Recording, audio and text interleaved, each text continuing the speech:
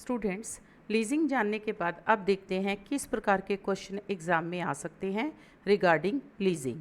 तो पहला क्वेश्चन बनता है, what do you understand by leasing, state its advantages and disadvantages. इसका मतलब है लीजिंग से आप क्या समझते हैं, इसके लाभ और हानियों को डिटेल में बताइए। इसी प्रकार से दूसरा क्वेश्चन बन सकता है, discuss the various methods of evaluating lease proposal. जो भी आपके लीज़ के प्रस्ताव आते हैं उनका मूल्यांकन किस प्रकार से किया जाएगा, उन मेथड्स को आपको डिस्कस करना है। इसी प्रकार से leasing is beneficial to both lessor as well as lessee. Lessor और लेसी के लिए लीजिंग जो है वो फ़ायदेमंद है, उसके लिए बेनिफिशियल है। आपको इस स्टेटमेंट पर अपनी राय देनी है। इसी प्रकार से discuss in detail different types of leasing. Leasing के क्या प्रकार हैं उनको आपको डिटेल में यहाँ डिस्कस करना है। इसी प्रकार से एक क्वेश्चन बन सकता है, what do you mean by hire purchase system, is there any difference between leasing and hire purchase system.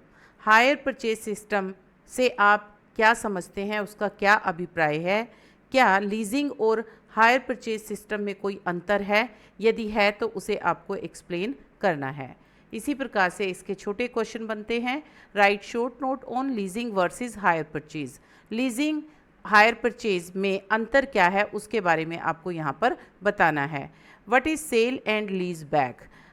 जो लीज़ है उसका एक आपका तरीका है सेल एंड लीज बैक, आपको यहाँ पर बताना है उसका क्या अभिप्राय है। इसी प्रकार से एक क्वेश्चन बन सकता है, compare operating and financial lease. आपकी ऑपरेटिंग और फाइनेंशियल लीज में क्या अंतर है उसे आपको यहाँ बताना है। इसी प्रकार से डायरेक्ट लीज क्या होती है उसे आपको शॉर्ट में समझाना है।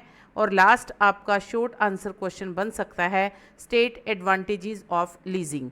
लीजिंग के क्या फ़ायदे हैं आपको बताने हैं। तो आपको पता है लेसर और लेसी दोनों पॉइंट ऑफ व्यू से यदि वो देखें तो लीजिंग उनके लिए फ़ायदेमंद रहता है। तो आपको 3-3, 4-4 जो उसके एडवांटेजेस हैं लेसर पॉइंट ऑफ व्यू से और लेसी पॉइंट ऑफ व्यू से आपको यहाँ बताने होंगे।